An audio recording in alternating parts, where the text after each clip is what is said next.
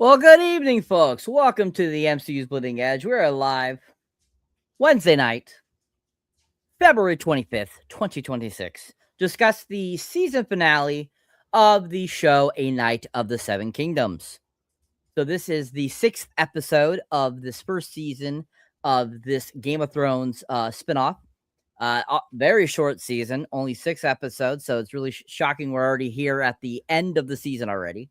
But we are at the end, and for a finale, this was kind of a letdown, and also for runtime, as we were mentioning earlier in the studio, we were saying we were kind of surprised at how short all the episodes of the season have been. So it's season finale being as short as it is too. We were just kind of like wondering yourself, like, why HBO decided to do this, because this doesn't seem like the MMO of HBO. So kind of interesting that it was so short, and yet got quite a bit in, but I don't think it got in as much as it could have.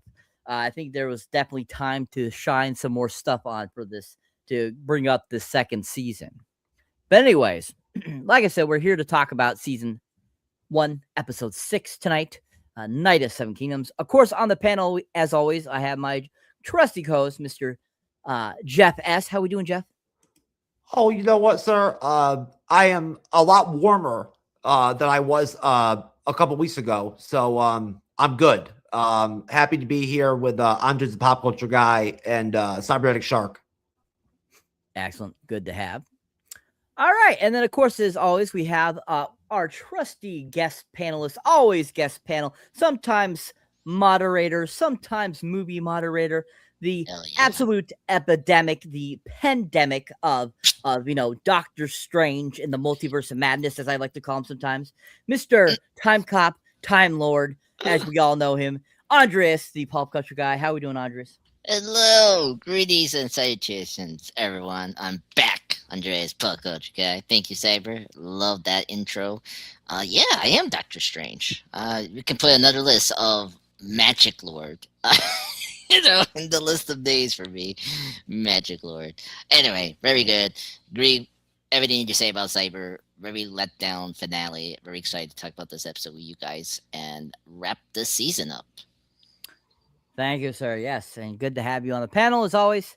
Good to have everyone here to watch this and listen and talk and participate in this finale. All right, so this episode happens to be called The Morrow. Directed by Sarah Adina Smith. Written by Ira Parker and T. McKell, however you want to pronounce that. This is, like I said, the season finale, The Morrow. And we're going to get into this Morrow, people. But anyways, before we get into the actual episode, so now that we've gone through this whole season, what is your guys' kind of your overall thoughts of the season? And overall thoughts on this last episode. And I'll start with you, Jeff. Yeah, I mean, look, in general, I'm not really a big fan of, 30-odd minute long finales. I really don't think, don't get me wrong. Of course, there is episodical television that's made in 30-minute, episodes. Not even actually 30. Those type of television shows. With the commercial breaks, they're actually only 22, 23 minutes an episode. Some of those shows, and they're still made today. And they work. I've certainly been a fan of. Plenty of classic network television shows, that were of that type. But when you're watching something from HBO, there's just the expectation, I think, that regardless of how many episodes are in a season of a show, you're typically going to get a 45-minute to hour-long, sort of range of your episodes is what you're going to usually get from most HBO shows. I haven't watched all of them, of course, But I've watched enough of them. I think you know, across the span of my life, because I've been watching HBO a long fucking time. You know, back when you know, it was on my little tiny TV in my bedroom when I was a kid in my parents' house. You know, late at night, watching The Sopranos and you know, Oz. You know, I have very fond memories of watching Oz. I was a very big Oz fan back in the day when I was like 12 or 13 years old or whatever. I thought Oz was the shit. You know, I loved how violent and you know, evil and fucking, you know, like, I don't know, you know, it was just a fucking show set in like the worst prison ever. You know what I mean? You know, and like the you know, the events that occur in like a spot like that. So no, I've been rocking with HBO for a long time, and you know, like depending on what show you're talking about, HBO is like that the one you know TV producer or whatever whatever you want to call it, whatever network or whatever, that will actually, you know, go over an hour long on episodes sometimes, you know, depending on the episode, you know, depending on the show. I've seen them go way past an hour several times. You know, Game of Thrones a bunch of times, House of the Dragon, they've done that. You know, so I'm just you know, a little bit dismayed by you know, them going super short with the finale, just because you know, there's 30 minutes or 32 minutes or whatever that finale, even if it even was that, it's just not long enough of an episode for there to be a lot of you know, really, you know, serious events to occur, you know. So unfortunately, you know, we got a very flat finale, you know, with very little actual, you know, moving of the chains, really, you know, of the show, of the season. Very little actually occurred, you know, in episode 6. So I don't want to be down on A Night of the Seven Kingdoms, because overall I've been fond of all the episodes that we've talked about. I've really, as short as they've been, and they've been very short, you know, week to week, you know, besides episode 1, I think, besides, you know, complaining, you know, about that factor, overall, I think that the show is really good. I just think, you know, I question the decision making a little bit when I get, you know, when we see a finale like this, you know, again, where very little actually happens, you know what I'm saying? And it's very sparse, you know, just, you know, a lot of dialogue and, you know, sort of, you know, watching Dunk kind of fucking, you know, all injured, you know, loping around kind of, you know, from time to time. And, you know, there's some strong character stuff that does occur in the finale, I think, you know, and we can all, you know, talk about that. There's some character stuff and some dialogue that's pretty solid, you know, and I thought that, you know, this show has not really thrown a lot of, you know, different characters at us in this first season. You know, it's been very, you know, very much, you know, a dunk and egg, you know, outfit here on the show. So, you know, I liked, you know, the little bit of sort of depth we got from, you know, the prince, you know, Egg's father, right? You know, I liked sort of the little bit of depth we got from him, you know, because we were, you know, we know very little about him, you know, like we know very little about many of the characters. So, you know, obviously everybody's reeling from this death that occurred, you know, at the end of the 7-on-7, right? And, you know, I thought it was very powerful when the prince was telling Donk that, you know, people are gonna whisper about you, you know, because of this, you know, forever, you know, and blame you, you know, or whatever, if their crops don't come through or whatever, you know, and shit like that. I thought that was pretty powerful. And you know, obviously we'll cover that on the episode, you know, when we do the episode breakdown. But overall, I mean, you know, I'm not really sure. I don't know offhand. I don't know. I'm not sure how I want to rate this episode, but it's not going to get a super high rating because, you know, again, this is a very, very, very, very super slowly paced television show to begin with. And, you know, with very little action. When there is action, it's very short for the most part, you know, and then it's over. There's not a lot of extended battle scenes or action scenes, or, you know, they don't do anything like that really in this show. So it's very quick and very violent when they have actual, you know, battle, if you want to call it that. So yeah, I mean, honestly, this is definitely not a very great finale at all. You know, I mean, what's accomplished overall in this finale is not much, you know, in terms of like, you know, actual action in a final episode of the first season of a new television show. This is a very uneventful finale, you know, and it literally crawls at like a snail's pace in terms of the pacing. This finale, you know, it's very slow. It's like a grind almost when you're watching it, to tell you the truth. Again, it's not bad. It's not a bad grind, but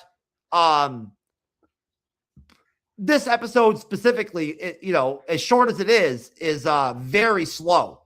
So, you know, unfortunately, you know, having a real slow pace does not, you know, help when it comes to like episode length and things like that. You know, the episode doesn't feel any longer or anything like that, you know, just because of the super slow pace. I think, you know, we really have seen very little of Egg in like the last 3 episodes of the show. You know, very little. There's very little of Egg in the finale, and you know, I think Egg is one of the strengths of the show. You know, so I mean, you know, seeing him get such little screen time, you know, is unfortunate. You know, I mean, the actor that plays Donk does a pretty good job of carrying the show overall. You know, I think he's pretty solid, pretty likable. You know, pretty personable. You know. You know, he's very, very laid back character, Donk. You know, seems like a really good guy, like anybody, like somebody you want to be friends with, kind of, you know. So I mean, you know, he carries the show pretty well. And honestly, to tell you the truth, I mean, I felt bad a little bit for Donk in the finale. You know, he's dealing with a lot of shit right now. You know, he didn't exactly make out very well in the tournament. You know, he didn't even get a chance to even participate in it, you know?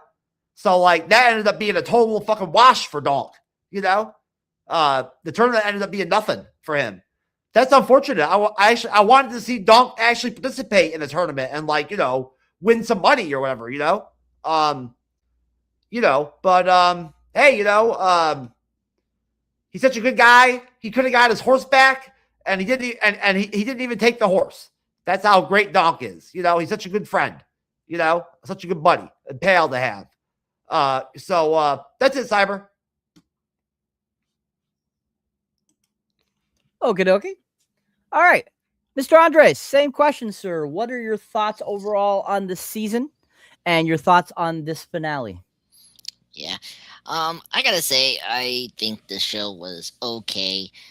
For HBO show, I think this is my least favorite of the Game of Thrones universe spin-off shows. You know, I mean, it's a different type of show. I mean, if you want comedy and I guess filler, like this is the type of show, you know, to like get our, you know, how you say, excitement for the next major, Game of Thrones show that I'm way more excited for, the House of Dragon, or whatever new spin-off they're planning to do. We don't know.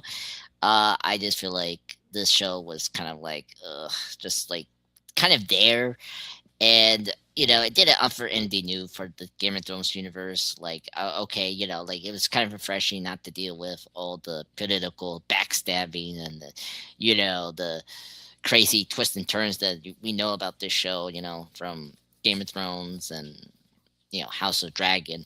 But same time, I kind of agree with Jeff. HBO has a lot of great quality shows. We grew up and has been pop culture, you know, uh, zeitgeist for a long time. And I just feel like the show was kind of like superfluous. Like I think they could have done a better story to tell in this universe instead of the Dunk and Egg storyline.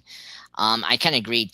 uh, this finale was okay. It was fine. Nothing like like I was happy it was short, but at the same time, it's like, what else are you gonna do? Like we know that. I guess seeing Egg and I forgot his name now. Dunk going to journey into what was the town they were going now? Like I forgot now. Oh, I can't remember either. Yeah, I it was something like I, familiar. I didn't realize they actually decided to pick a town to go to. I thought they just weren't sure. I I think so, but uh, I I think it was a place where, because Dunk talked about this with the father, right?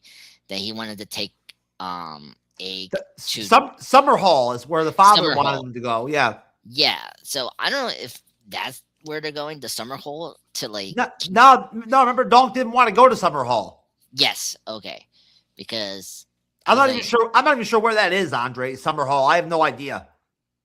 I think it's a new place. I'm trying to remember if there was a Summer Hall in Game of Thrones or House of Dragon, but who cares? But yeah, I thought this whole series was decent. Great production value was out as always with HBO. I thought the costumes was really great.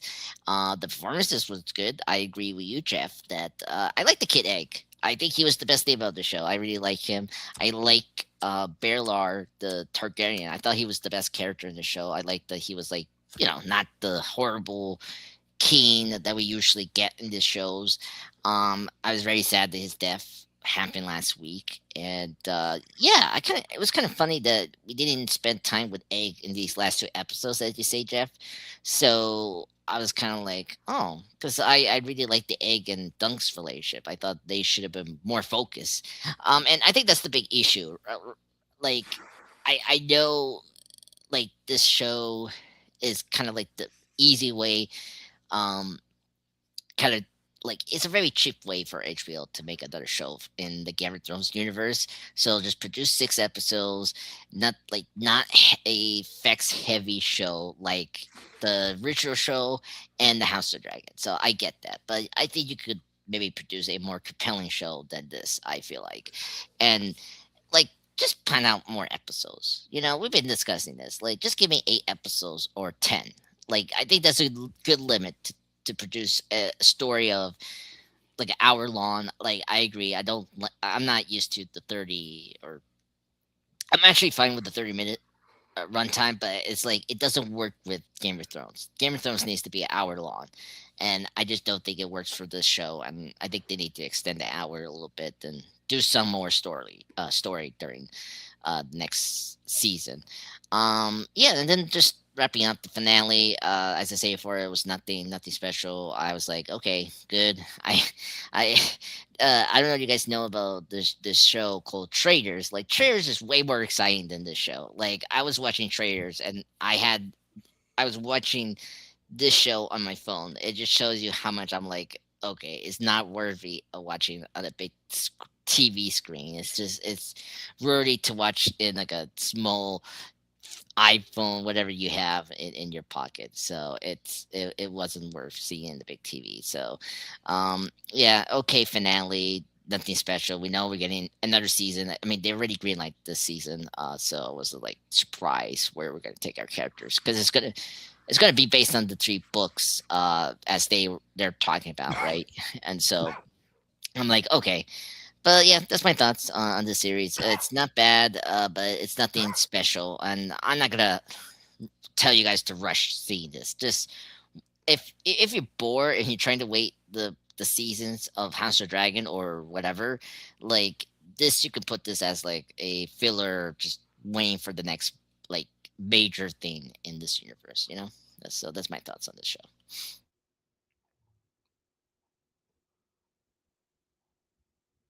All right. Thank you, sir. Excellent job. All right. Yeah. So, yeah, I just like everyone's kind of mentioned, I myself was disappointed in the finale. I was really disappointed that it was so short and it didn't really go into much. It was pretty boring episode for me, I felt. There was interesting dialogue, but overall, I found it boring compared to the other 5 episodes. Overall, the series as a whole, I felt that it's been really good, really fun. I really enjoyed it, and I thought it was a really fun show and gave us something different in this great universe that they've created with Game of Thrones over the years. I'm not a fan of House of the Dragon, so I'm happy that we got this show, which really kind of uplifted me to want more Game of Thrones stuff again. And this show compared to House of Dragons, I thought was a far superior show. So, especially after only 6 episodes. So, I was really impressed with it. So, I think that overall it's been a decently good season. All right. So, getting into the Morrow episode 6 season finale. Basically, how it starts off is Lionel invites Dunk to move to Storm's End, but Dunk believes that he brings only bad luck. Baylor's body is cremated at his funeral. Dunk finds Valor, who questions why his father died, but Dunk was left alive. Raymond reveals he has married the prostitute Rowan, alias Red. We'll stop there.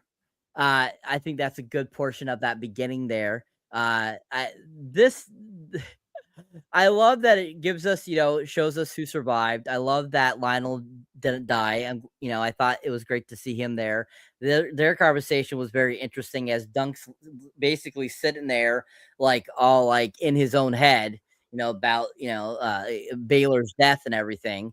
And, Lionel's going on and saying, oh, you got a place with me. You could come with me, all this kind of stuff. And, basically tells him to fuck off when he's, basically says that. But what about Baylor? He sacrificed himself for us, blah, blah, which was so funny. I like that. Lionel was like, hello, there was others of us that sacrificed ourselves. We just didn't die. That's all, It was like, yeah, that's a great point, Lionel. Great point. And then, of course, we get to see Raymond again, which was great. I'm glad to see that he survived. I love that character. I think he's a great character. And then he ends up that he's marrying this prostitute who basically has forced him to get married because she says she's with child after doing it one time. I'm like, okay, Raymond, you're being played there, son. And of course, when Dunk goes into the bar there and he sees Valor there, and he's like, how dare you show yourself in here? And he's like, and then he questioned Dunk, like, how did you survive? But my dad died, like, and he's like, then he tries to say, oh, my brother wasn't always, a monster. And he's like, Egg's not a monster. He just needs some guidance. And he's like, nah, I'm not talking about that, brother. But that is true. That is true. Was great. I thought that was a really fantastic line. And I think that chick that plays the prostitute, Red, she's absolutely fantastic in that little sequence there. She was hilarious and totally like played the part very well. And Raymond just was like so oblivious. It was hilarious.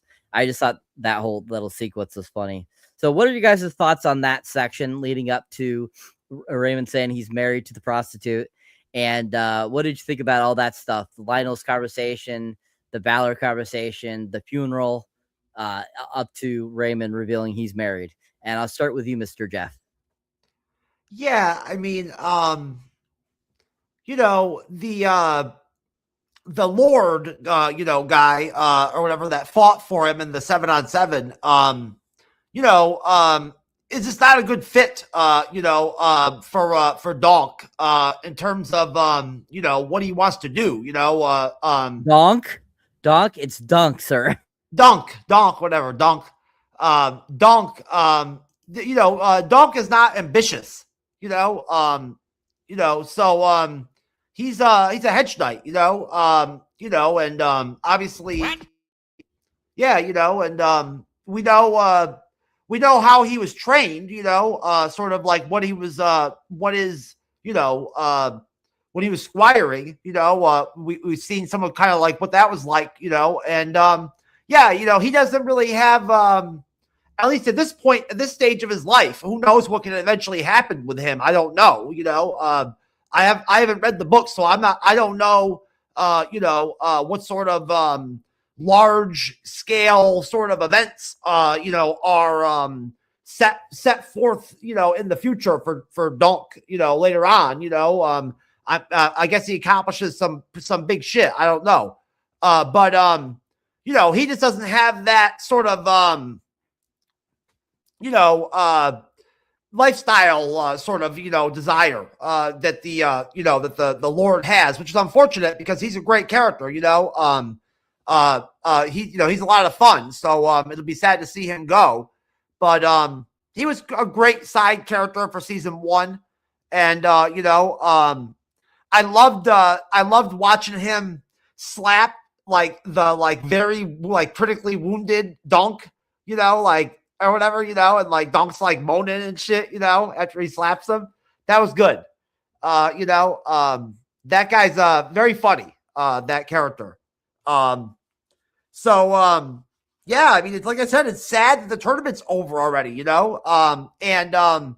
holy fuck, like, how the fuck did what's his name, the Squire guy, who I guess is a knight now or whatever, right?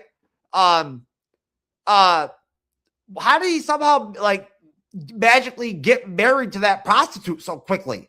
You know what I'm saying? Like, it was like one night or whatever, and he was married to her. You know what I'm saying? I mean, I don't know, like, I don't know what's required, like for a marriage or whatever, back in like these like medieval times or whatever that they're in, in the show. I'm not sure like what you legally have to do to get married.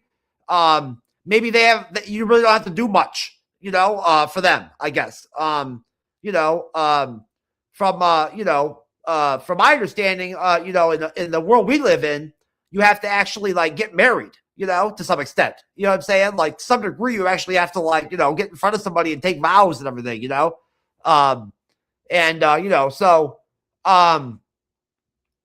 I thought it was like sort of like kind of weird almost that the Maester came and checked on Donk and said that like his injuries or his wounds or whatever were like beyond the scale of like his capability, right, to heal or whatever, right, and that he was dying or whatever, but then like Donk just like limps around with a cane for like the rest of the episode. And he's okay, like I didn't really understand all that. I thought he was dying. I was like, fuck, man, like just not going good for Donk there for a while in this finale, man. Hence why Lionel was like, you wouldn't even know what a butthole is. Basically, like it was like a joke. Like the guy was like a fake magician. He didn't know anything about physician work. And it was a joke, like that Dunk was dying. That was the whole point of it. It was like supposed to be a joke. I see. Okay. So, all right. So, I mean, yeah, the actress that plays the prostitute character was pretty good, overall. She was a nice little, bit addition, right, to the show. I mean, honestly, like this is probably the last time we're gonna see some of these characters from season 1 is right here in the finale, right? Right here, because like after this in season 2, I honestly believe there'll probably be some time jump of some kind, you know, probably, if I had to guess, you know, and that they'll just time jump them to wherever, you know, the next destination is or something like that, you know, or they'll do a quick, you know,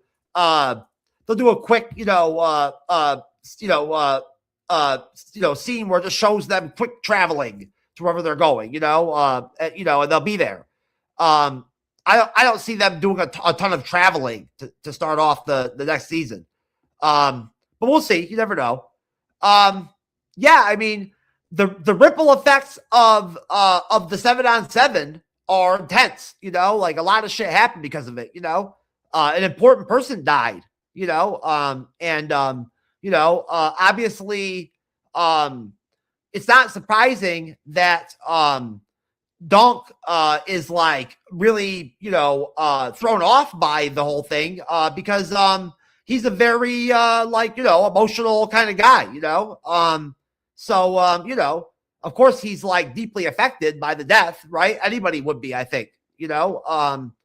It's always unfortunate, you know, when you have to see a character that seems really interesting right off the bat, you know, that is likable, and then they just die, you know. It's unfortunate, you know. What are you gonna do, right? I mean, you know, shit. You know, the first season of Game of Thrones killed off a lot of really like likable, popular characters, you know, and just whatever, just, you know, just killed them. And, you know, the House of the Dragon has had some deaths, you know, here and there, but not a lot yet. There's gonna be, I think in season 3, there's probably going to be a lot of deaths because season 3 is going to be it's going to be the actual war, you know, which I'm looking forward to seeing. Honestly, I am. I like the House of the Dragon. I think season 2 was disappointing. Honestly, overall, compared to season 1, but I think it's possible that the show could bounce back in season 3 and really come back strong. You know, especially if it's a lot of like heavy war and battles and dragon fighting and stuff like that. You know, like if it's going to be a lot of that, that's very entertaining, watchable, you know, television to watch. So you know, I mean, I just thought it was shocking that what's his name, you know, the Squire guy married that prostitute so quickly. I thought that was kind of shocking. You know, but I guess in their world, like that's just a part, you know, something you do or whatever, you know, I don't know. You know, besides that, I mean, I thought Dunk looked pretty good, considering like how badly he got fucked up in that 7-on-7 battle. I expected him to look a lot worse, to be honest with you. I did. You know, but besides that, I mean, you know, it's amazing, you know, how his horses always stay in place and like are okay, like even when he's not around and everything, you know. Surprised nobody steals his fucking horses, to tell you the truth. You know, he's got him just hanging out there in the woods. You know, so you better watch your horses, motherfucker. You know what I'm saying? The fuck. So yeah, besides that, I mean, you know, I guess that's pretty much it, Cyber. Just that fucking it's again, it's really sad and fucked up that old dude had to fucking get hit with that fucking mace or whatever the fuck it was in the 7-on-7 and get killed. That wound he got was fucking horrible.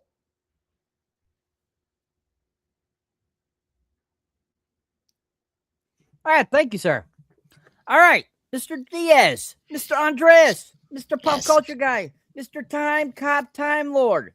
Your thoughts, sir, on this beginning up to Raymond saying that he got married to Red. To Red, yeah. Not surprised about that. I mean, that's how it usually goes, I guess, in that universe. I mean, you know, if you're not like a high class in that universe where it's like this fancy wedding, like I mean, remember the was it oh my god, the wedding in season 3 of Game of Thrones, that was like very fancy. For the small folks, the nobles in Game of Thrones, I think it's a little more like kind of like in real life. You just either go to like a church or like some, if like a mystery or priest, then they will probably get you engaged. So that's probably what's gonna happen to that friend of his. Yeah, not shocking, but it was very funny. I mean, I like how like all of a sudden he found a lady after waiting, like battling the 7 knights. So that's pretty cool. I thought this opening was okay. It was a good pickup from where we left off from last week's episode. Sorry. It was very simple. Yeah, it shows you how excited I was for the show. I can't believe it, Cyber. You said you liked this show over House of the Dragon. I guess so, but this is what I mean. Like you could be funny, but I just feel like some of the jokes in the beginning like went over my head. Like as you guys were discussing about the magician, he was I didn't know that was a joke when he was telling Dunk about that thing. That was like kind of like not funny for me, and I really liked the discussion. So like the best thing about this opening was like who was that lord that survived? I forgot his name, but like I think that lord talking to Dunk Lionel. Vinyl. I thought Vinyl. I was so happy Vinyl did survive. I will say that. I think it was really great that. No, sir. Lionel, not vinyl. Lionel. Oh, Lionel. Oh, sorry. Oh my god. Oh my god. See, that's what I say. Like, I can't remember these names. They're so comedic. What? I know.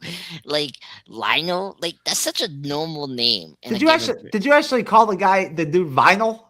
Yeah, Vinyl. Like the mixtapes. Well, like the big musical like case that you usually get in those music stores and all that. My friends get. Oh god, I totally got Cyber. See, that's how much I care about this show. We're sorry, folks. He's just a little. He's on the younger side, folks. Just to let you know. Vinyl is just another word for records, isn't it? Yeah, it's another word for records. Yeah, it's just another fancy word for my generation. For some reason. I own quite a few records. I actually own several records. I never listened to them. Honestly, I've never been able to figure out how to use my record player. The good ones are like the small, like pack ones. My friend has like a really good one that was like very small. It's not those big records that you usually see in the house. Like it was also portable too. Like you took it anywhere. It was really nice. I have one record. It was Jim Krause, his Time in the Bottle album. That was cool to buy a long time ago. Anyway, yeah. So yeah, this is how our show is gonna go. Excuse me, Lionel. This I mean, mystical man who is a funny character, but like I think what he says to Dunk is really true. Like we all fought for something, but with I do agree. Like it was kind of crazy that the king took Dunk's side and like risked his life to like to be part of this like 7 Knights tournament or trial of combat, whatever you want to call it. And I because his whole family still runs the throne. I mean, like after he's gone, it's like, well, one of his sons will take over, or his brother. So yeah, I like this opening. It was cool. It was okay. I will just remember it because of the vinyl joke we just did now, folks. So I'm very happy that this is the best part about the show because I made a joke where Lionel is vinyl. So please remember that. Please put in the comment section, please, to make this part of the episode memorable because none of it was memorable for me. So that's all. Oh, did you guys seen the House of Dragon season 3 trailer? That was good too. Like you know what? I accidentally skipped on it. It came on earlier and I saw it for a second and I accidentally hit the skip thing. Oh wow. So I missed it. Yeah. Hot D. Exactly. Exactly. Now I saw it because last night I didn't see the clip. Oh my god. Anyway, so that's my thoughts on the opening, Cyber. It was decent. So the House of the Dragon season 3 trailer looks good. Yeah, it was good. As you say, for it, we're like deep in the war of like the dance of the dragons, as you were talking about just briefly. Yeah, it looks really good. Yeah, there's gonna be some like tragic and like probably some characters will be murdered this season, as you say before. Oh yeah, You know, so that's the direction the show is heading. yeah, exactly, and Good. that's Season 4 is the last season, so yeah, the last season, which is crazy. I'm happy we got a release date, and I don't want to. I'm sorry, but you know, just wrapping up the House of Dragon stuff. But like, I'm happy we're gonna get it in June. That made me happy when I. Is that when it's coming? Is that when it's coming out in June? Yeah, June. Just like what season 2 came out like a couple years ago. It came out in June. Okay. So that's good. So yeah, going back to the night of the Seven Kingdoms. The opening was okay. The only thing I'll remember it is because I made a joke about a character's name that was not really his name, and I mix it with vinyl. So that's my head. My head right now is this moment. So thank you, Saber. All yours. So you just automatically said vinyl to begin with, so you didn't mix it up. You said Yeah. vinyl right from the get-go. So Yeah. just go with that, sir. Just go with that. Just go with that. I don't know what else you want me to say. Yeah, for the show. Just be your vinyl. Be your vinyl, sir. I will. Anyways, folks, I should listen to some Bob Dylan songs right now. Just there you go. Listen to some Bob Dylan. Anyways, folks, so Mr. Vinyl over here, thank you for that. Great job. Anyways, getting back to the actual episode here, guys. Not House of the Dragon season 3. Here we go. So, the car informs Dunk that Arion will spend time in the Free Cities to atone. He laments that Baylor would have been a good king and invites Dunk to Summerhall, where Egg can be his squire. Dunk declines with Egg overhears. In a flashback, Dunk asks Arlen why he was never knighted. Arlen retorts that a true knight always finishes a story. We'll stop there. So this sequence was interesting. I mean, that sequence with Arlen and Dunk, where he's like talking and all of a sudden he like croaks and then finishes his story. That was getting interesting. Egg overhearing Dunk declining. He says he's done with princes and stuff like that because of what happened to, unfortunately, Baylor. He feels that, he's only bad luck, as we mentioned when he tells Lionel that at the beginning. And, so basically he kind of, tells the king, no, I won't, I can't do that, because I don't feel like I'm done. I don't want to be responsible for the death of another royalty person, basically.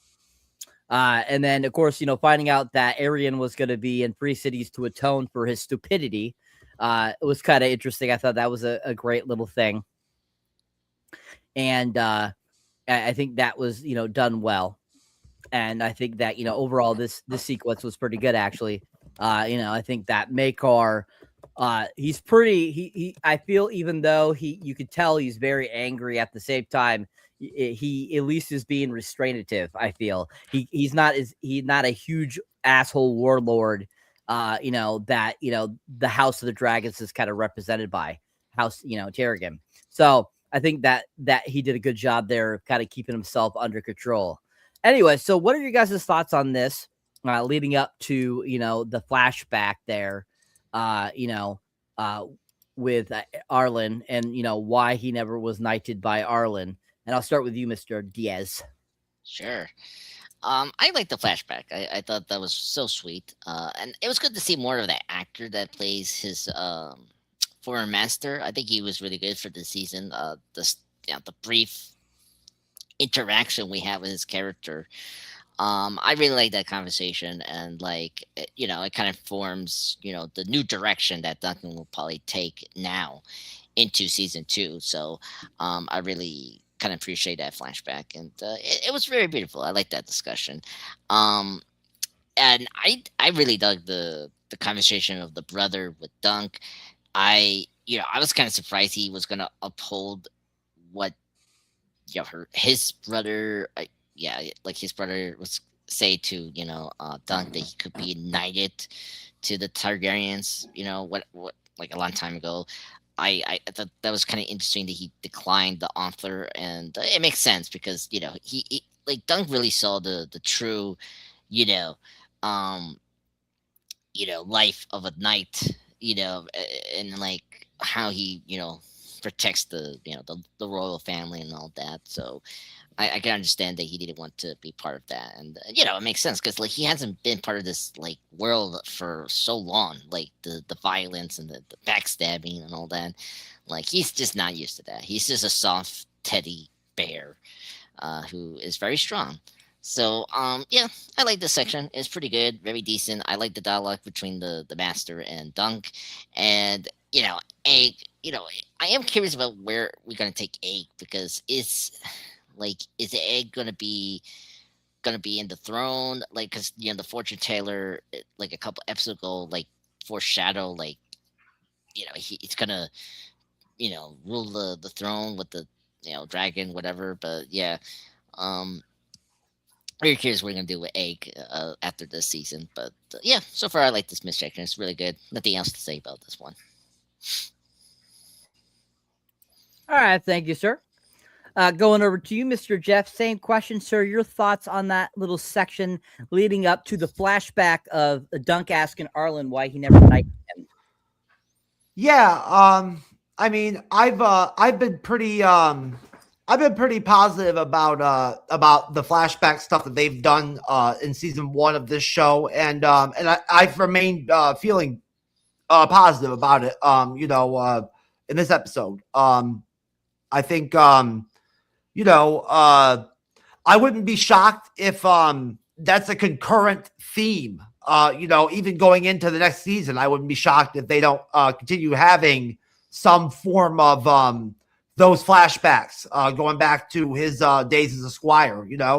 That would not shock me. And because it's been good. It's been good when they've done that. I feel like there's still a lot of really entertaining backstory there with Dunk, as far as his childhood, and everything, and his squire days and all that. I feel like that's a well that they're gonna want to continue to tap into, further into the show, and we'll see, yeah, I mean, honestly, I was a little bit shocked, by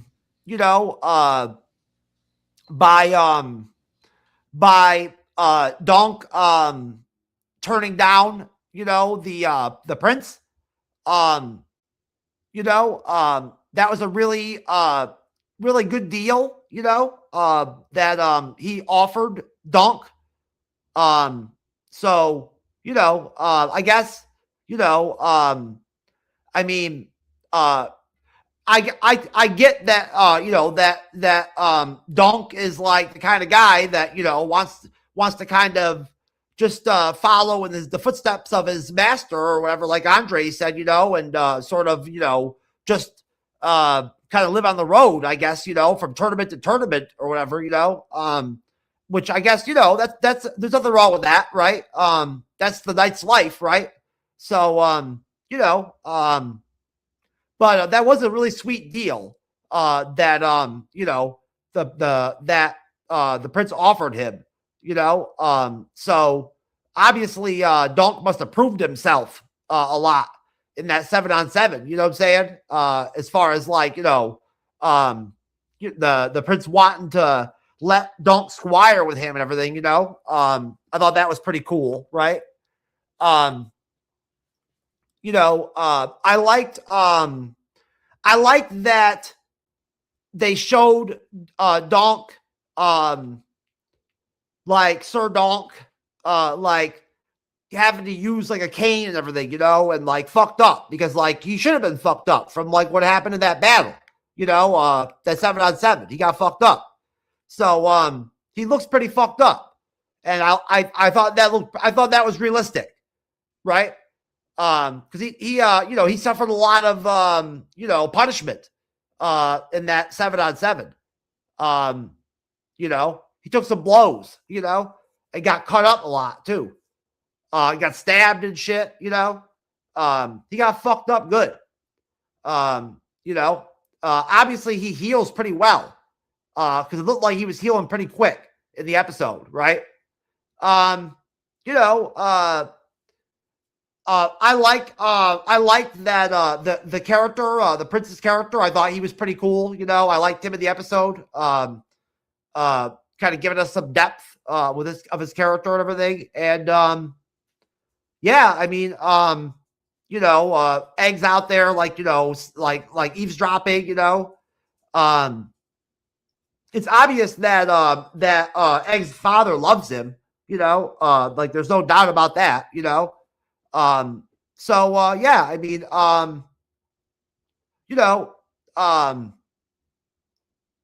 Honestly, I think Donk would have been, if he was smart, he would have taken the offer that the prince gave him. Honestly, I was a little bit shocked about that whole deal, but I guess he's got his own plan, So I saw his shield got fucked up in the battle or whatever, his shield got broke, which is pretty sad. I was pretty sad seeing that, that his shield got fucked up, that was a little depressing to see.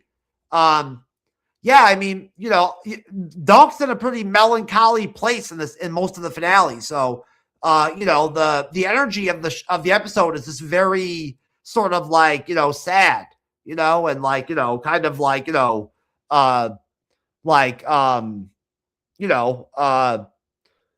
haunted a little bit almost, because you've got like, you're coming off of like a major death, so there's just a certain, there's a certain vibe to the episode, where everybody's kind of like emotional to some extent, what I'm saying? A lot of the people, because of the death, you see like obviously that the prince obviously had a lot of love for his brother too, the Targaryens are all bad, some of them are all right people. They're not all fucking crazy incest, whatever motherfuckers, So, obviously these ones aren't that bad. No, except for that other one. I forgot except for that asshole one. Yeah, he's an asshole. That one fucking kid. They sent him to like the islands or whatever the fuck they sent him. The 3 cities, whatever. The 3 cities or whatever. Yeah, that's like that's like way like down where like where Danny was, right? Like when she was like building up her like army and everything and all that. It was the 3 cities is like Pentos and all that shit, isn't it? Yeah. Pentos. I can't remember the other 2, but yeah, it's down there when Danny was trying to. There's Karth. Yeah. And then not Harrendale, no, but it was another name, but yeah, that's where like a lot of the slaves were in that like Slaver's Bay. Slaver's Bay it was. And so yeah, that's where he's probably gonna go, which makes sense. Yeah, that's where I think the 3 cities is like that. Isn't that's across the sea or something like that? I think. Yes, it's across the sea. It's like far down. Like that's like heading towards Dothraki territory. Yes, yeah, because that's where they usually are at.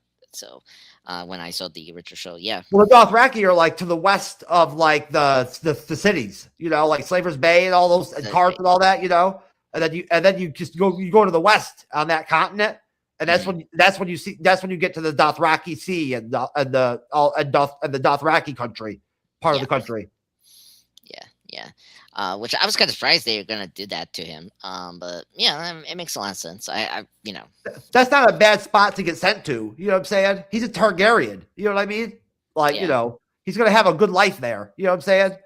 Yeah, true. And there's a lot of like really hot prostitutes and shit like that. That you can like to fuck and everything. And wine to drink, at the bars and shit,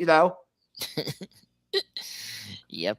Seriously. So, he'll be living all right.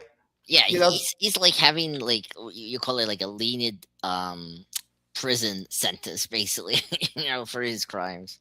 Yeah. Like, there's a lot worse, when you're rich, it doesn't really matter where you go, Yeah, exactly. You know what I'm saying? Yeah. At least that's my opinion on that anyways. As far as talking about House of the Dragon and everything like that, Game of Thrones and all that, there's no way around it. I mean, when you cover these spin-off shows, Cyber, like it's just it's a very easy thing to do, to kind of want to, talk about those other shows. Unfortunately, we never got a chance to cover Game of Thrones, that would have been a lot of fun. That's a really, really good show, It was. Yeah, I'm actually very much looking forward to doing going back to doing Monday nights with Andres to do House of the Dragon season 3. That's gonna be fun. Yes. I'm looking forward to that. And Daryl Dixon season 4 too this year. Yes. I'm excited for that. The final season. Oh in my like God. September or whatever the fuck it is. It's in September. Yeah, same time. Yeah, same. Yeah, just like last year. Which is cool. Yeah, most definitely. So, I honestly, in that flashback scene, I really thought that Sir Knight guy or whatever, the master guy, I thought he died. I really did. I thought he died. And Donk cried and everything. I felt really bad for Donk. But then the motherfucker woke up. I was kind of shocked. I was like, damn, the motherfucker died.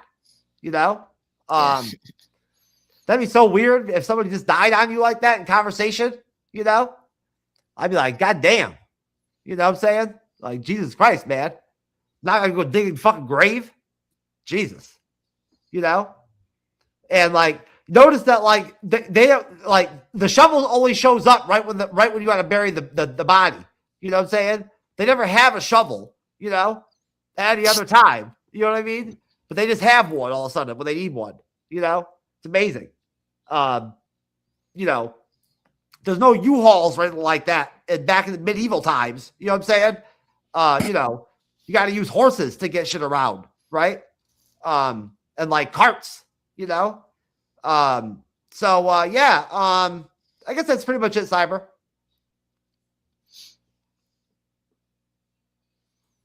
All right, sir. Thank you. All right. Going over to you, Andres. Your thoughts, sir. On this section? Yes. Sure. Oh, yeah, you did. I was like, I thought you went to me. No. Okay, just making sure. Just making sure I had. Because I've done that before. I forgot to include you, sir. So I want to make sure. All right. Excellent. Good job, both of you guys. Excellent. Yeah. Awesome. Yeah, yours was very short and to the point. That's why I forgot already. So that's I was bad. short and sweet. It's like, oh yeah. All right, excellent job. Yeah, once again, the whole House of Dragon thing. I'm sure it's probably gotten better over the seasons. I'm sure with more action stuff, it's a lot better show.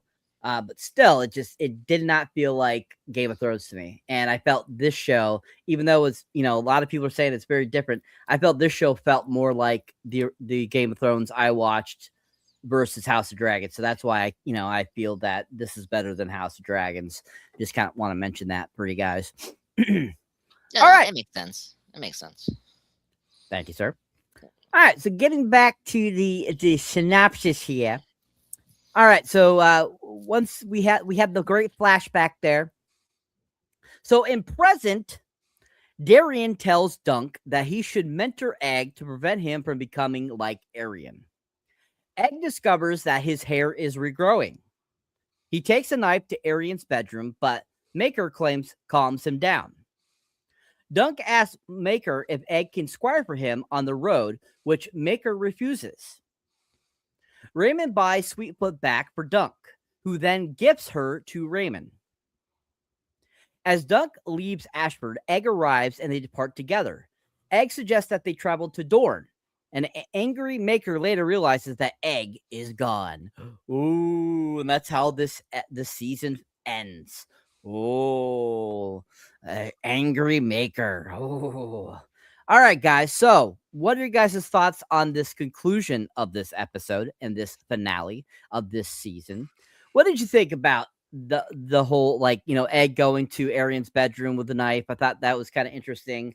Him noticing his hair regrowing, that was interesting. I thought, definitely, like, he didn't realize that his hair would grow back. Like, that kind of was like, huh? Like, it grows back, bro. It's gonna grow back. You gotta keep shaving it, bro.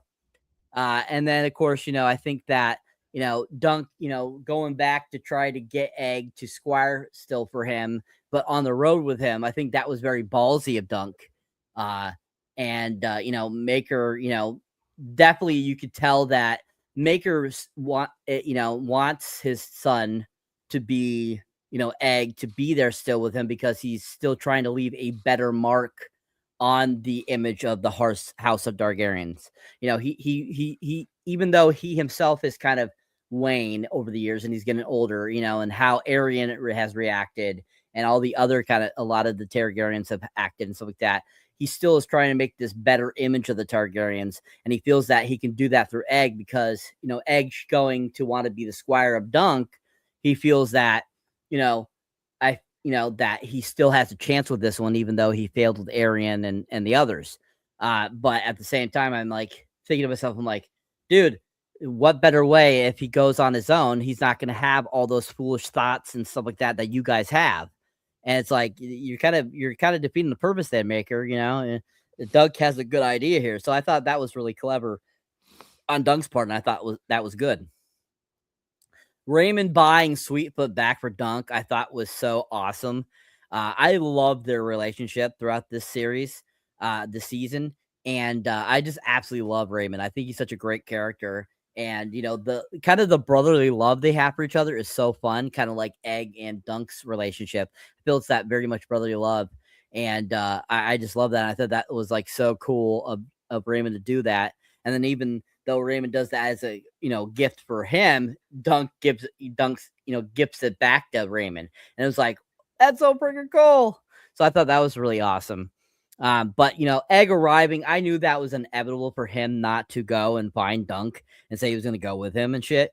I knew that was coming. That was just very obvious that was going to happen. And then, of course, that little, showing that, Maker realizes that Egg's missing and he's like, where the fuck is he?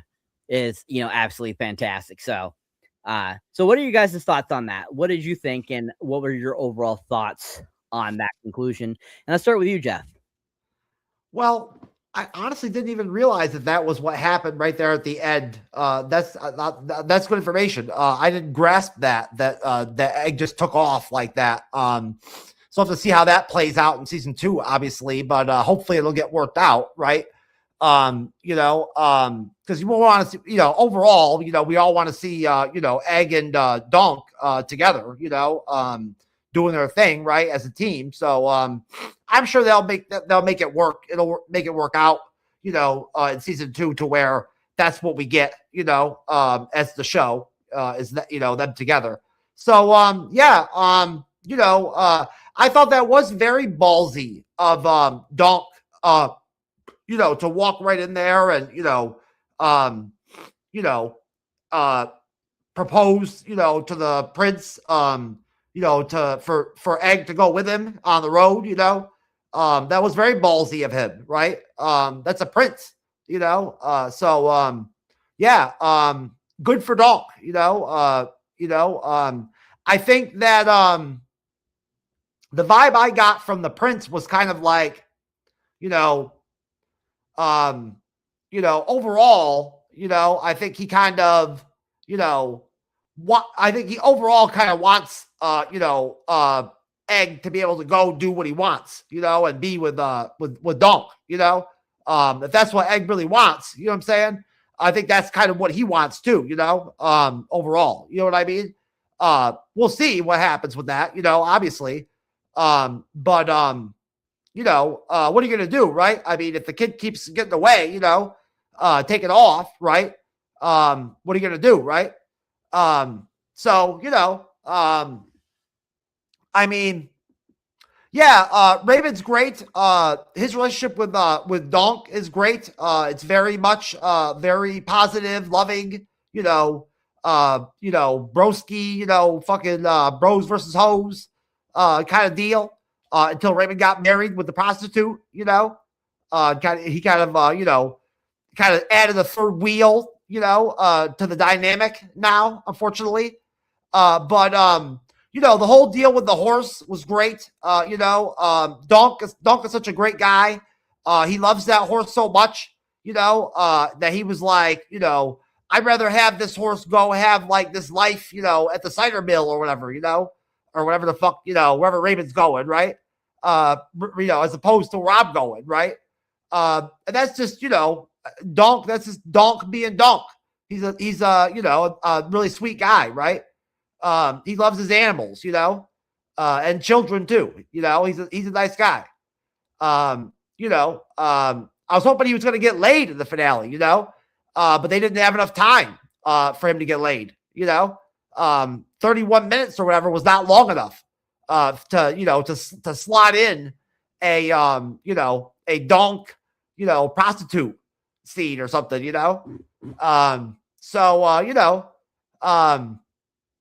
I mean, I'd have to imagine, like, even during medieval times, like when you marry a prostitute, there's got to be some stigma going on with that, like publicly. You know what I'm saying?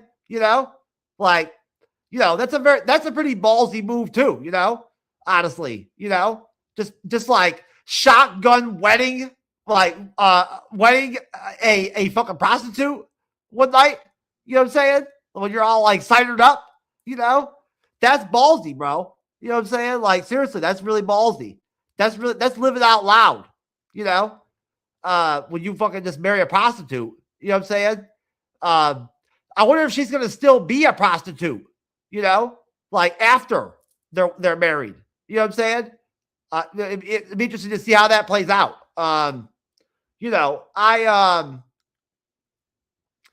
I would definitely, maybe in another life, I would marry a prostitute myself. But only in another life, not in this current life. It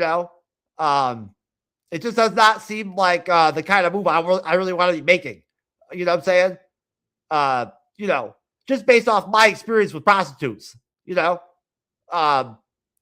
which is, not vast, but, has some depth to it. So yeah, I mean, they, unsurprisingly, they decided to not do any crazy frontal male nudity or like, big cock scenes or like, somebody taking a shit, they decided not to do any of that. All they had was a pissing scene, which I think is like actually like one of like multiple pissing scenes they've had in the season, haven't they? Hasn't there been a couple different pissing scenes? Yes, there have been a couple. That's what I thought. Yeah, they're really like on Night of the Seven Kingdoms. They're all about like being realistic, like for reals. You know what I'm saying? When it comes to like urination and stuff like that, and like defecation, and I would say fornication, but we didn't really get to see any fornication really all that much. Just a lot of like making out. There really wasn't much nudity either, was there? No, there was not. Not in this episode, no. Not in general. In the season, there wasn't a lot of nudity. Just the one in episode 2. That's it. There's a lot of nudity in the House of Dragon. Yeah, of course. Yeah, I like the nudity. So, yeah, I wanted to see that. I wanted to see that that girl whose finger got broke in that one episode. I wanted to see her naked. I was disappointed that we didn't get to see her naked. So yeah, I mean, so everything's all good, I guess, right? Donk seems like he healed up really good, really quickly, so he's like, he's not hobbling around anymore, he can ride his horse and shit. And him and Egg are going to take off and, go have adventures, I guess, right? And that sounds very entertaining, for season 2. I like the idea of that. Maybe he can go enter a tournament and actually participate in that tournament next time. That'd be good. That'd be a good start, I'd like that for season 2. That would definitely be a positive. Besides that, I mean, like I said, I really did enjoy the scenes with I forgot his name, but the prince. He was pretty solid. That actor was pretty good. I enjoyed his dialogue and everything, and his back and forth with Donk, was good. As far as Egg with the shiv, with the blade, gonna kill his cousin or whoever the fuck that asshole guy is. That was pretty cool, and he showed some emotion towards his dad, so obviously he loves his dad too, But that was pretty hardcore, man. He was gonna go in there and fucking stab that motherfucker, honestly, when they showed Egg looking at his hair growing back in, and then it went over to like the blade, I started getting like a really like ominous like vibe going on, like, in my mind, like wondering what was gonna happen next. I was like, God, I hope something bad's not gonna happen. I thought Egg was actually gonna like hurt himself there for a minute or something, I did. You never know, with HBO, right? So I was dreading for a minute there. Like, I didn't know what was going to happen. I was like, oh shit. Obviously then he went and, tried to go stab a motherfucker, right? But I was worried there for a minute. I was like, fuck, is Egg actually going to like self-harm, like trying to cut his hair with that fucking blade or what? I did not know what was going to happen there. So yeah, I guess everything is right, everything's right and rain, as far as, the rest of the finale goes.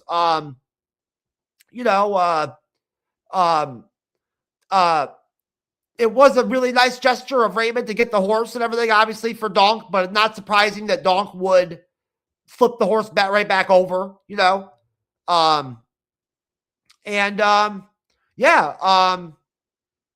besides that, I mean, I think that white horse is really pretty. I like that horse.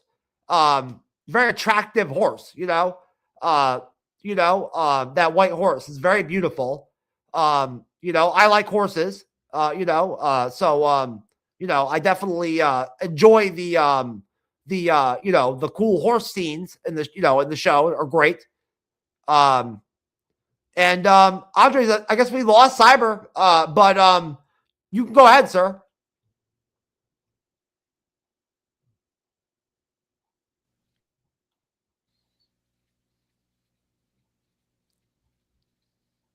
Okay. Andres, go ahead. Yeah, go ahead. Yeah. Sorry. Internet's just slow.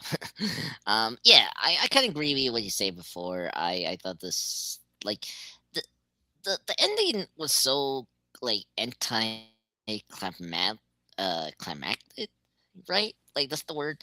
It was like, oh, like, it didn't feel like a season finale. Like, that was my problem with this episode. It didn't feel like a season like finale for season 1, and like, because if like, we know we're getting a second season, but like, you want us to be excited for the second season, and give me something I'm looking for. Here it was kind of like, oh, there's another episode, another week.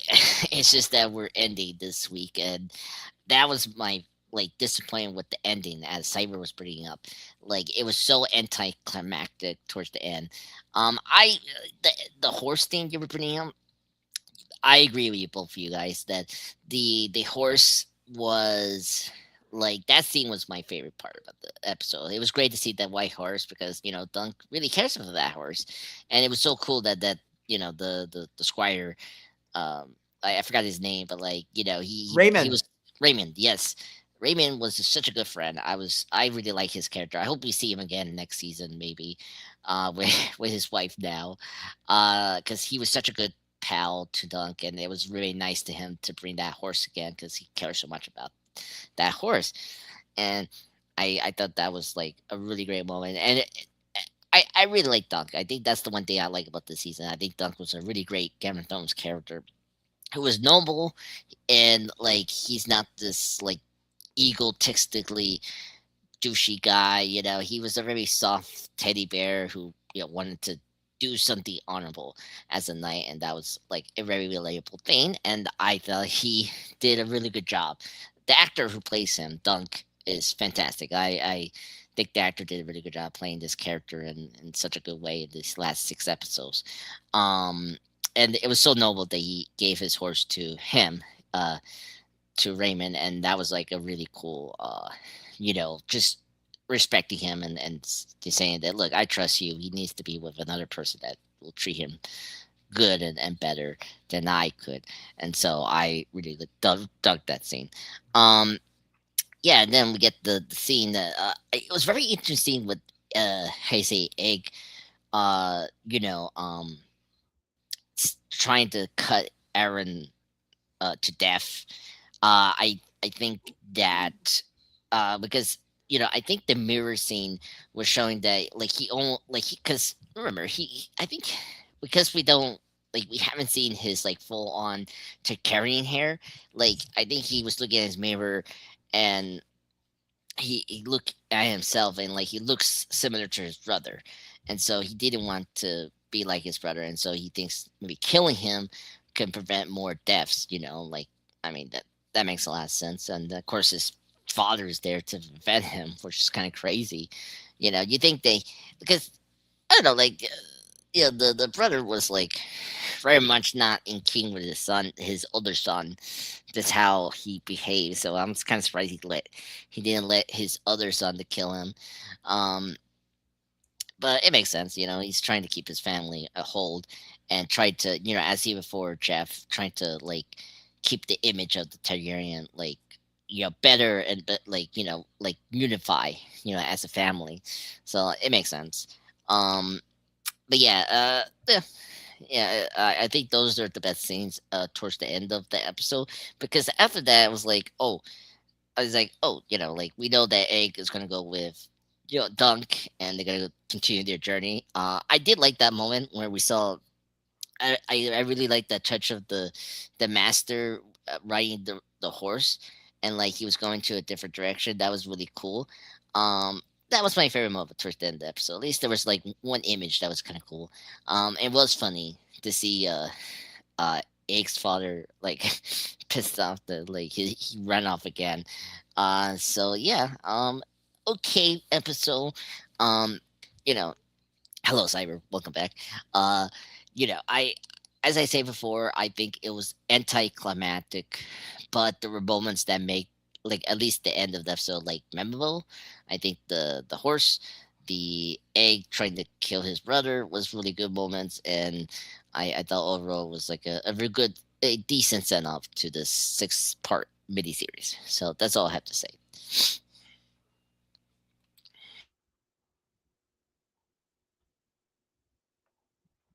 Excellent. Thank you, sir. Yes. Wi-Fi box issues, folks. Sorry for the absence there for a few minutes. Dear. I love it when my box decides I'm just gonna stop working for a few minutes and then have to reboot. So much fun.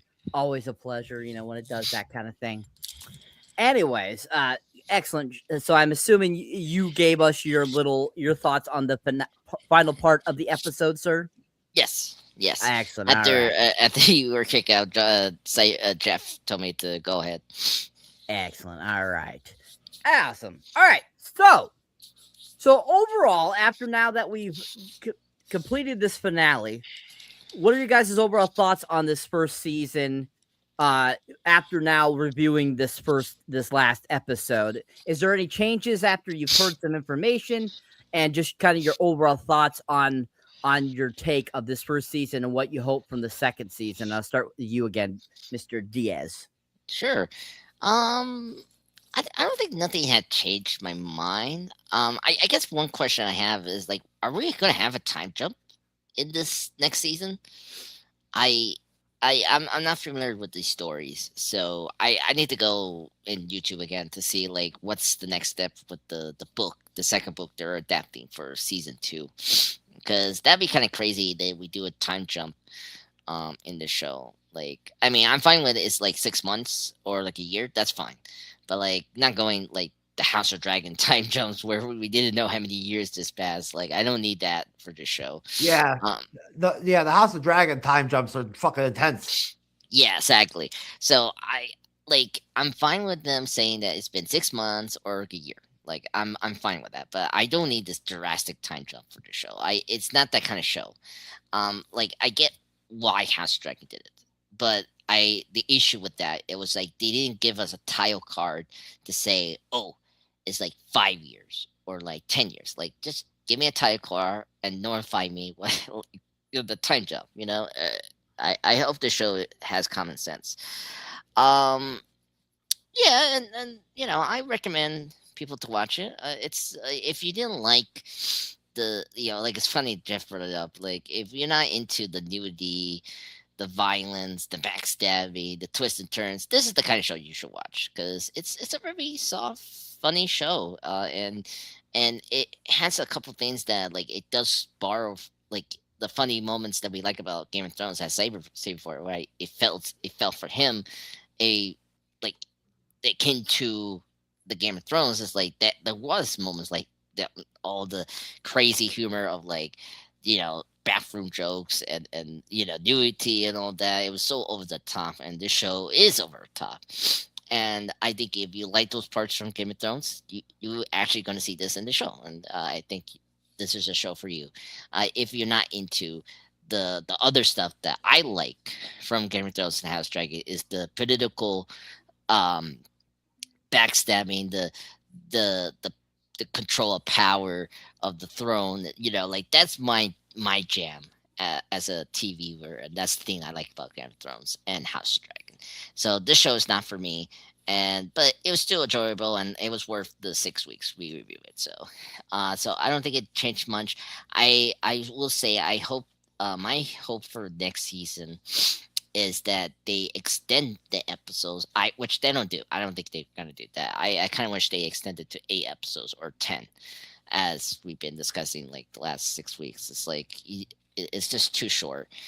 Or if you're gonna keep the 6 episodes, at least extend the hours to be like an hour or 50 minutes, at least instead of 30, because you could do more story in 50 minutes, I think, in 6 episodes. So that's my request, and yeah, that's all I have to say. Nothing changes in my mind. It's my least favorite of the Game of Thrones shows. How I rank it is that number 1 for me is House of Dragon, because that's my first Game of Thrones like really a thing I saw with you guys, and thank you for getting me into the show. And then second is the original, because I saw it with my mom. The 8 seasons was a blast to watch, and last year, so it was cool. And then my least favorite is this show. No offense, I just think it's not that kind of show for me. So that's all I have to say in my review of the show. So I'm very excited to give you the rating when we get to that. All right, sir. How about you, Jeff? Anything changed for you, and your overall thoughts on the season now that you've reviewed the final episode? Not really, Cyber. I mean, honestly, a finale being, so-so or whatever, overall, or not being, the best episode of the season, is never a deal breaker for me. Overall, my general, vibe, I vibe, pretty good, with Night of Seven Kingdoms. It's a pretty entertaining show. It's different. I mean, it's a very, at times, sort of slow and, less than eventful, sort of, spin-off of Game of Thrones, not a lot happens in these episodes at times, unfortunately, I have a feeling that, these 30, 35, 33-minute episodes is going to be a norm for this show. I just have a feeling in season 2. Yeah. I'm sure they'll bump the episodes up to 8, at least, instead of 6. But this 30-minute, 35-minute sort of range is kind of, I think, where they want the show to go, overall. So I don't see, them really changing that in season 2 at all. That's okay. Yeah, you can still have a good show at 35 minutes an episode. That works. It's just just different for HBO show. I mean, again, like 6 episodes is not a lot to work with. Like, it's really hard to like rate a season of television, right? Just based off 6 episodes, it's tough. I mean, I don't know, like, I'd probably give a Night of the Seven Kingdoms like a B, like, rating or something like that. If I had to give it a rating, like, So give us your rating then. Yeah, I don't know, like a 7, probably 7.5, maybe. Yeah, 7.5, I guess. Is that over the whole season? Yeah, for the season. My rating for the episode is going to be a 6.5. Just because it was not a very good episode, not a great finale at all. But yeah, I mean, the finale does not affect my overall thoughts on the show. I'm looking forward to watching it again when season 2 comes out. And I'll watch, and I'm sure it'll be solid. And again, it's not a super exciting show. If you're looking for that, that's you're not going to get that here. Not with this show. If you need something that's more, high paced and more eventful. There's other shows out there that'll give you that, but it's not this one. If you like, dialogue driven, slower paced shows, this one's for you, right? But that's it, Cyber. All right, Mr. Diaz, what would you give the episode and what would you give the season overall? Yeah, like episode, I kind of agree with Jeff, but I'm going to put it lower. Just once, like 1 point lower, but like a 5 out of 10 for this episode. It's not a really good finale, but it's not a bad one. It's like kind of like filler, really, which is kind of weird to fill. But the overall series, I'll give it a 6.5 out of 10 for me. Nothing against the show. I think like the good parts is the cast is really great. The performances are like really top notch. That's the good thing about the show. The production is really good. The costumes is really good.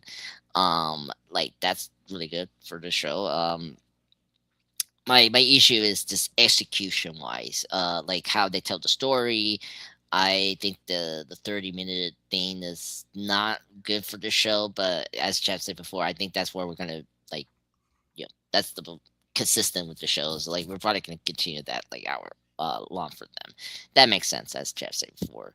But yeah, it's a slow, like very filler kind of show in the Game of Thrones universe, and that's fine. If you want that, if you don't like the violence, the overtime violence / political intrigue that this universe is known for, this is the show you want to see before you get into those other like shows like House and Thrones. So but yeah, so it's a 6.5 out of 10 for the overall series, season 1, and the episode 6, the season finale is like a 5 out of 10. So that's my thoughts.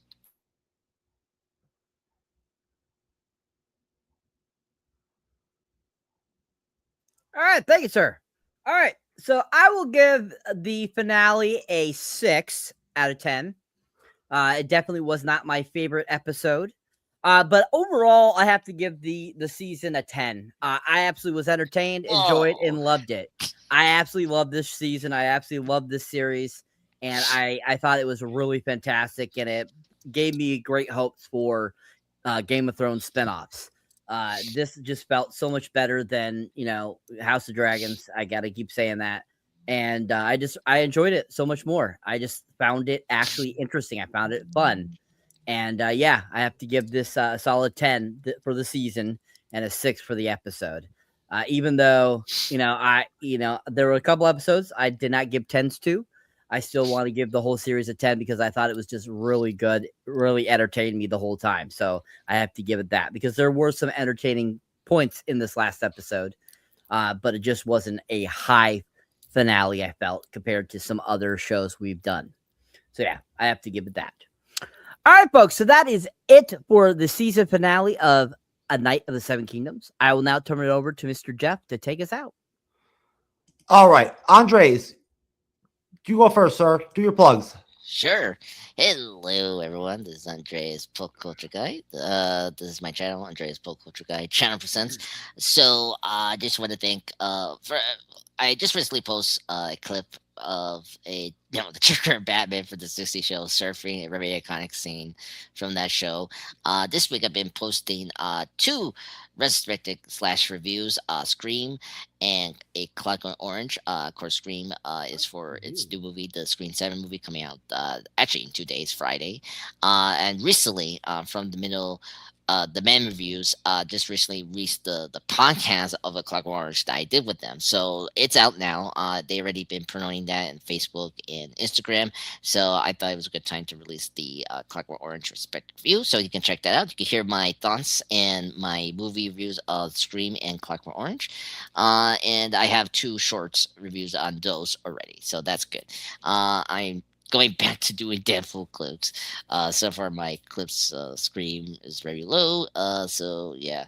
But there's other things. So I mean, it's the end of the month, so back to the formula.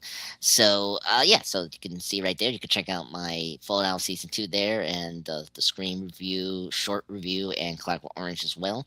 Also live. Thank you, the room upstairs, for joining me on the Scream live stream review. That was really fun. It was really well discussed. We had such a blast in 2 hours. It was crazy. Thank you. I think it was Bird from the room upstairs. He was an awesome guy. Thank you for coming. And him and I had a really great discussion of the movie and what we liked about it, and like the characters and all that. So please watch that because it was really fun. And we did trailer reactions. We did the trailer reaction from the new Mandalorian and Grogu. We did.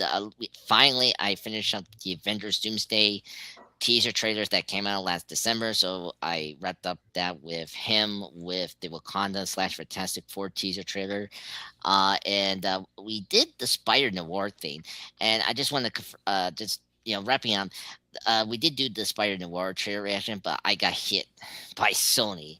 So this almost got blocked, but I decided to clip out the trailer reactions of the black and white and / color trailer of the Spider Noir. I gotta say, the Spider Noir trailer was good. I'm very excited for that show in May. We had that discussion, me and Bird, and it was a great discussion with the trailers. I will post a version of the trailer reaction very soon or next week. So that's all I have to say. Thank you, everyone. No live streams this Sunday. I'm gonna, next time I'll announce what's the next 2 live streams for March. So that's all. Cyber, go ahead, sir. All right, folks. So if you enjoy me as a moderator, if you enjoy me on the panel, you can check out my solo content. You'll find me under Cyberneticshark on YouTube. That is my main home. But you will also find me on Facebook, Instagram, TikTok, X, Patreon, many other places. See there, my most recent review is for Mercy, the new Chris Pratt film that came out last month. Really great film. Check out that review if you have not seen it. Check out my Masters of the Universe trailer reaction. Really looking forward to seeing that. Really was impressed with that first trailer. I was shocked, and it looks actually pretty decent. But it's being directed by Ted Knight, who did Bumblebee. So I have Travis Knight. I have a lot of hope for that because he did such a great job with Bumblebee. So hopefully this will be pretty accurate to the He-Man cartoon series. Other than that, I have more stuff coming up for you guys, more mini reviews, more stuff like that. Keep your eyes out for that stuff and keep whirling. And we appreciate you guys. See there, my most recent mini reviews still is Joe's College Road Trip and Send Help and Good Luck, Have Fun, Don't Die. Like I said, I'll be having more of those up soon for you guys, that kind of stuff. Looking forward to Scream 7, just like Mr. Andres is. Going to be seeing it this Saturday. So keep your eyes out for stuff about Scream coming up. I will be having that kind of stuff come up.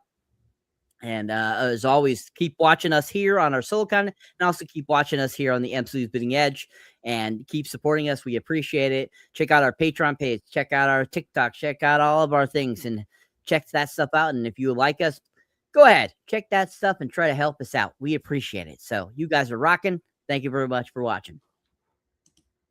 All right, folks. And we'll all be back on Friday for the first episode of Monarch, Legacy of Monsters. And I think Dom will be over with us too.